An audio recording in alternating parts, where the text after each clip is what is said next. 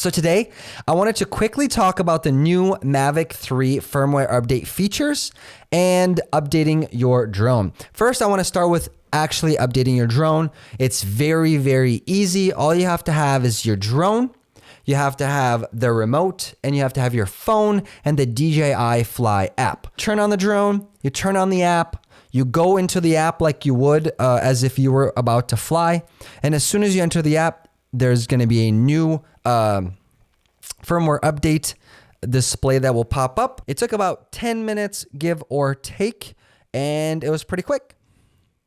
Okay, and now on to some of the features that this new firmware update has. There are quite a few. I'm not going into complete detail on all of these, but this is sort of a quick rundown of all of the features. Here are some of the things that were added to the update. Okay, let's start with quick shots, including drone, rocket, circle, helix, boomerang, and asteroids. Those are all the different types of shots that the drone can pull off for you now. They also added Panorama Mode, capable of capturing high resolution. I have not tried any of these features, so this is as new to me as it is to you. Added burst shooting. That's specifically, I believe, for photos, so you can take multiple photos at the same time. Added digital zoom for normal video mode. I believe that's 2 times. You could actually zoom in and go from the wide angle and just literally zoom in using your finger, and you're able to now get a more of a close-up shot. It is not actually using the close-up camera. It's actually just using that wide camera and just zooming in onto the frame. A little more stuff is color display assist for D-Log. So when you're shooting with D-Log, you're seeing a lot of those colors with no contrast, and it's really hard to tell if focus and exposure is correct. So using that color display assist will help with seeing how it will turn out after you color grade. Added 4K 60 frames per second. That's incredible. And manual adjustment for master shots. That sounds like a cool thing. Another thing that they added was quick transfer. Added zoom and D-Log for focus track when recording video.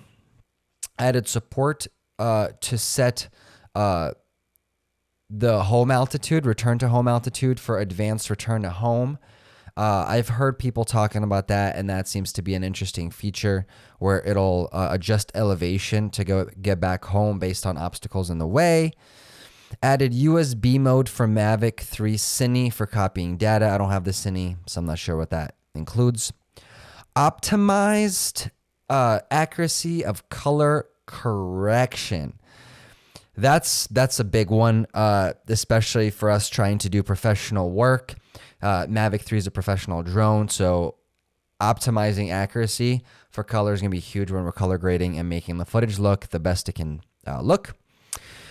Increased image sharpness of telecamera when shooting at high magnification.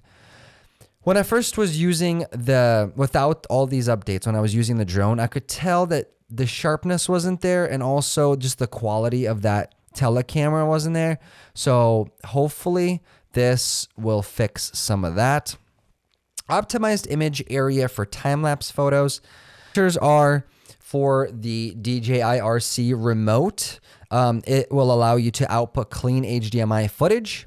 And then the other one is that it will allow the remote to cache video and download original video to an external SD card.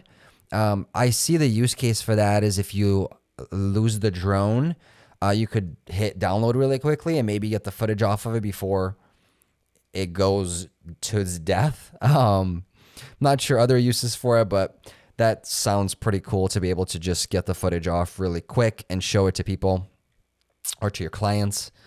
Added support to use DJI RC Pro with DJI Air 2S. Wow. Okay, that's cool. So that's a cool little feature. Fix some minor bugs.